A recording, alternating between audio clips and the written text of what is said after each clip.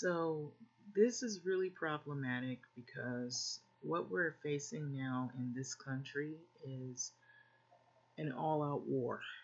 And this war is just on all of the politics surrounding law enforcement and all of the things that have led up to,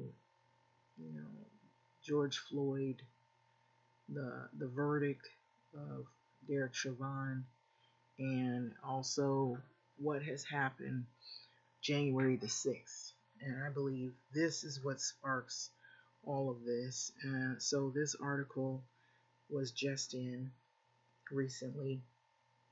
I feel it's all connected, and you have to kind of connect the dots to see, which it doesn't take very long to see what's going on and happening around us, that a lot of these incidences are really colliding and they're not isolated. And so ex-cop is charged in Riot, and he joined the Proud Boys while he was on the force. So we know that a lot of officers are now leaving the force, and we know that a lot has been happening where we're seeing a lot of resignations and a lot of people deciding that they're going to depart from law enforcement early. But what they're taking with them, if they didn't come in with already maybe militarized experience before entering the law enforcement, they're leaving with that law enforcement skill of knowing how to use guns, that know how to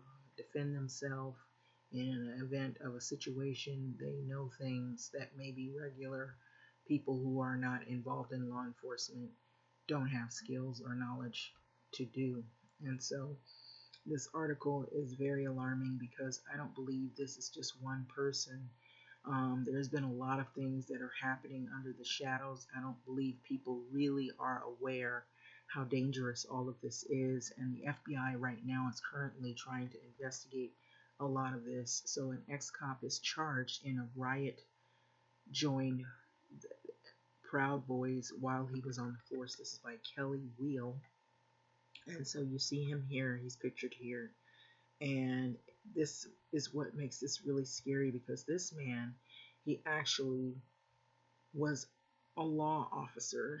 And can you imagine being pulled over or stopped on the road from someone such as this person here? So this is a Florida man who was arrested allegedly breaking into the U.S. Capitol January 6th and hitting an officer inside.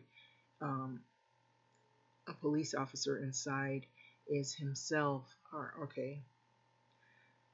a former cop who joined the Proud Boys while still serving on the force. In chat logs, he was tied to a far right group and revealed himself. So his name is Nathan Tuck. He is 29 years of age. He was arrested this week in connection with the storming of the Capitol, is what they entitled it, as was his father, Kevin, an elder Tuck, who was also a police officer with the Windermere, Florida Police Department until he resigned after his arrest on Thursday. So Nathan Tuck, meanwhile, served as a police officer in Apopka, Florida, until September 2020. So following his arrest, Apopka Police Department released a statement noting that Tuck was not on the force during the Capitol riot. So they don't want their hands dirty in this, of course. But Mr. Tuck was in fact employed by Apopka Police Department as a full-time police officer from March 19, 2018 to August 22nd of 2020. So the Apopka Police Department statement reads this. So Mr. Tuck resigned from the Apopka Police Department as a full-time officer, but remained a reserve officer from the 22nd of 20. It looks like they cut off the numbers. So it looks like maybe they meant to say August 22nd, maybe 2000 to September 18, 2020. So he had been in there in the force for quite some time.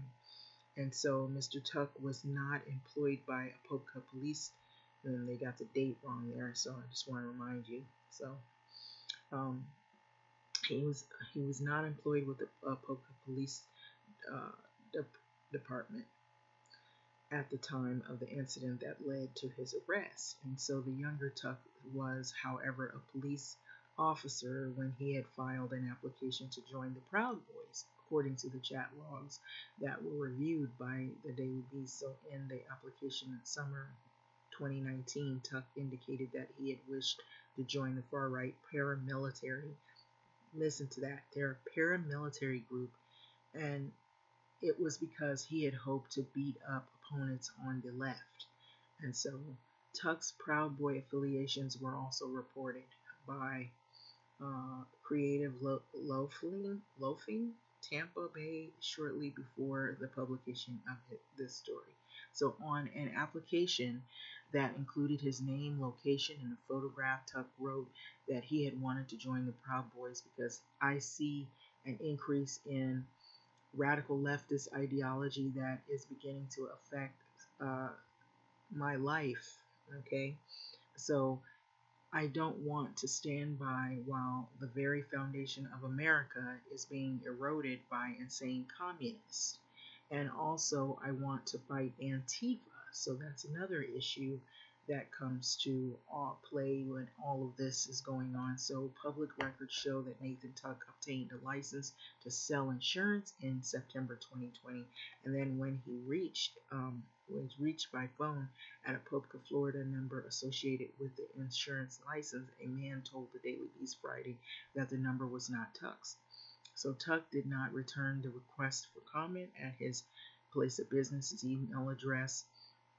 Shortly after the email was sent, a person using Tuck's number called back and stayed on the line briefly, making fumbling noises as if struggling with the phone before hanging it up. So 2 minutes after that call, a person in the Proud Boys channel on Telegram pasted a screenshot of the Android log showing that this reporter had called them. And so the person asked readers to call the number, and Tuck himself did not return subsequent texts and emails. And so Tuck's attorney declined to comment for the story, so Apopka Police Department did not immediately return to the Daily Beast request for the comment on the connection of the Proud Boys while on the force. So 2019 application was enough to allow Tuck into the Telegram's group for a Central Florida Space Force Proud Boys chapter. So there are the then cop described joining the Proud Boys after mainlining videos of anti-fascists on YouTube, which then led him to the videos of the Proud Boy founder Gavin McInnes. Okay, so anyone else decides to join after seeing Antifa videos online, LOL. I got myself in a rabbit hole on YouTube and watched 6 hours of videos of Antifa attacking people. So I was like, F this. Or in other words, he said, F this, you know. So if you see that, I'm joining the Proud Boys, LOL, Tuck wrote. And so that's basically what he said. So I watched hours of Antifa videos, which led me to Gavin's videos. He spoke the truth and sparked his interest. And so that's how they reel people in these groups, is they kind of strike a chord with you. And if they have one or two things that you're seem like you're heavily involved or on board with in terms of your political opinions or your views on other individuals, and then that's how they grab people's attention, and then you wind up in these groups. A lot of cults, a lot of cult groups, white supremacist groups, hate groups are on the rise. And so Tuck, I'm adding that in there. So Tuck appears to have attended at least one of the meetups with the group in a restaurant, posing as an uninformed members. So soon after, he started sharing details in another meetup. Later in July of 2019, he expressed his regret that he could not attend the rally featuring McInnes and the far-right personality Milo Yiannopoulos. And so anything with Gavin and Milo is bound to be good, Tuck wrote, so I'm sure there will be opposition. So he's all in there. And so who knows, other cops, other people that maybe aren't in law enforcement who are into these beliefs might be in these groups, and these groups are forming very fast. So Tuck's connections to the Proud Boys have previously been speculated by the internet sleuths and reporters. Orlando Centennial noted this on Friday that Tuck and his father were originally named in the same indictment as Arthur Jackman, the vice president of Proud Boys Orlando chapter, and Paul Ray and the Proud Boys from the Seminole. Um, that indictment, sealed until recently, did not specify Tuck's relationship with Jackman or Ray. It it did, however, illustrate the Proud Boys' proximity to Florida police officers, of course. So Jackman's wife is a police officer, um, as is Nathan Tuck's. Neither woman has been accused of the wrongdoings, and both of their departments have released statements declaring them to be in good standing, of course. So Twitter investigators, meanwhile, uploaded pictures of Nathan Tuck outside of the Capitol with the Proud Boys. This was in January the 6th during the Storm the Capitol event or insurrection, as well as the Proud Boys uninformed at a DC rally in December as well. And so this is what makes this really disturbing, because they're just focusing on this one officer, but there are other officers they said that this group has also ties with. And so we're hearing that officers across the country are either resigning or they're leaving the force, or they're retiring, one of the three, or whatever, some kind of way, are contemplating. And so some of these officers are heavily now involved in these groups. That might be one of the reasons why some of them have decided to leave, because they're now taking their skills that they already have, if they didn't already have them before they join law enforcement. They're taking more of their skills, I will say, which is very disturbing, and they're using it in these groups, these militant paramilitary, they call themselves, groups. And so that's why they could storm the Capitol, they could hang on side of the buildings, and they had equipment, and you saw a lot of them bearing weapons on their person. So January the 6th, both Tuck men are accused of breaking into the Capitol. While inside, Nathan Tuck allegedly hit an officer who attempted to stop him and then rammed the officer with his elbow, according to the Centennial. Um, the elder Tuck allegedly boasted the days of the event in the family group chat. So we stormed the Capitol, fought the police, Kevin Tuck allegedly wrote, and we took the flag. It's our flag, according to a statement by the Windermere Police Department. So Kevin Tuck was an active officer, and he initially told supervisors that he had never entered the Capitol. His attorney did not immediately return requests for comment, of course not. But both Tucks have been released, so they're out pending their trial. These guys are extremely dangerous, but they are out legally. They had to release them, and their trial is pending on the condition that they not intimidate or interfere with people involved in their case, and that they do not keep weapons in their home. Do you believe that's going to happen? Well, lately I haven't been seeing that. I think there's a rise in crime, there's a rise in far right groups and white supremacist groups, and there's a rise in racism.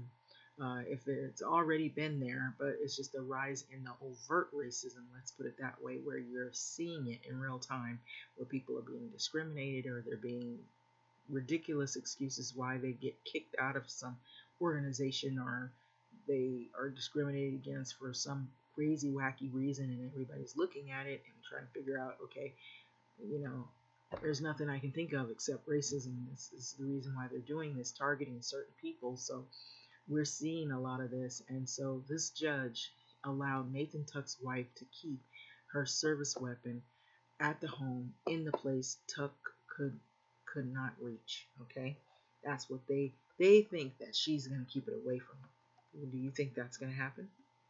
So notice that they're giving them a lot of leniency. And so you see the pictures of this. This is the officer at the right, at the bottom right, and then you see what looks like the officers are getting sworn in. This must have been when he was sworn in, some event that was occurring, and then you can see him pictured in the picture with all of his group of the Proud Boys. And so this is really disturbing. And so some of these guys you see here, don't take them for just like regular Joes or just regular dudes. They've got military experience in weapons, and you name it. And so this is what the FBI is now trying to investigate a lot of this stuff. I don't know how good they are on the game of this, but this is what's going on out there, and it's in the shadows. They haven't talked enough about how dangerous these groups right here in America are.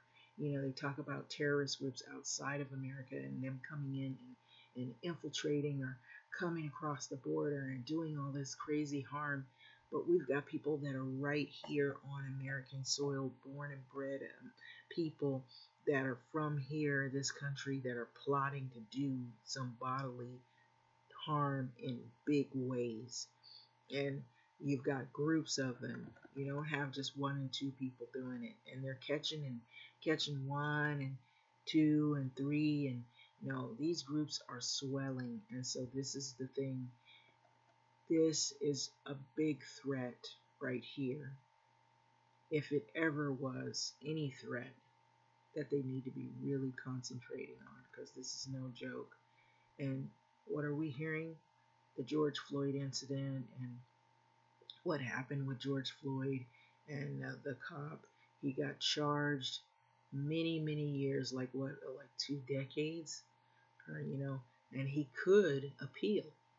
And a lot of cops that were on the side of the officer blindedly, not even with regard to what happened to George Floyd, just sided automatically with the officer. They are mad. And so that is why some of the officers are leaving, because some of them are a part of these far right groups, which is extremely potentially life threatening to regular citizens who are unsuspecting, not knowing that some of these groups are plotting.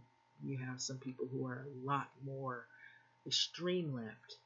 Some of these people are looking at it as more like a political, stop the steal, Donald Trump should have won the election. Others are looking at it a whole nother way, where they want to actually do harm to minority groups and cause bodily harm or cause mayhem or terrorism right here on American soil. And they need to really pay close attention to these groups, because you're seeing a lot of this popping up left and right, here and there. You're seeing that these groups are coming out of the woodworks. Groups you thought, oh, they don't exist, that was a long time ago. That is no more.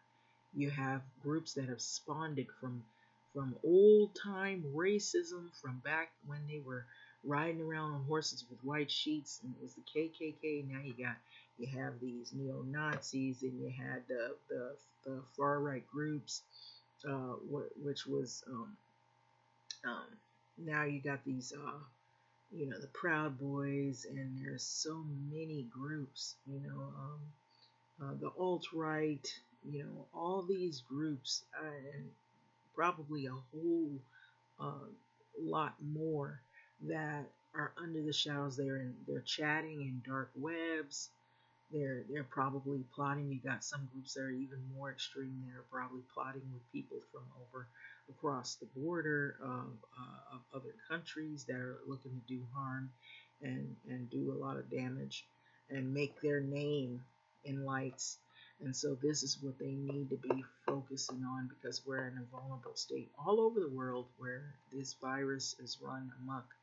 You got people that have been on lockdown, and what does that do to people? It makes them pretty crazy, where they feel like, everything is against them, and they feel like the government's against them, and there's a lot of fears raised, and I even have these church cults that are starting to swell as well.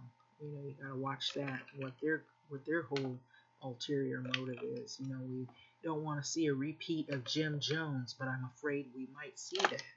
We're in a vulnerable state here, and this is what it brings. It breeds this kind of stuff right here, and it's very problematic. And so I'm afraid that we're going to see some stuff that we didn't want to see, and what we didn't see in 2020 we're going to see, and it's going to just like be sporadic, but it's going to all be connected to what is going on right here. So with having said that, I'm going to let this go, but this is not good, people. Not good at all. Not good at all. Look at this. How can you be an officer and then be on your force and be a part of these groups? Just imagine being pulled over by an officer that is a part of a group like this, and you all of a sudden don't know why. You've done everything you're supposed to do, and then he's pointing a gun at you. This is what we have. This is where a lot of this is coming from. So this is scary, very scary. You should be worried about this. And I don't know if they're doing enough to really investigate these groups, but these groups are out there. I heard from through the wire that some of these groups have like chat links, and they're on chat forums, and they're just on there. They're even plotting future crimes of future terrorism right here on American soil, what they're going to do to people, and that's what they need to be watching very closely.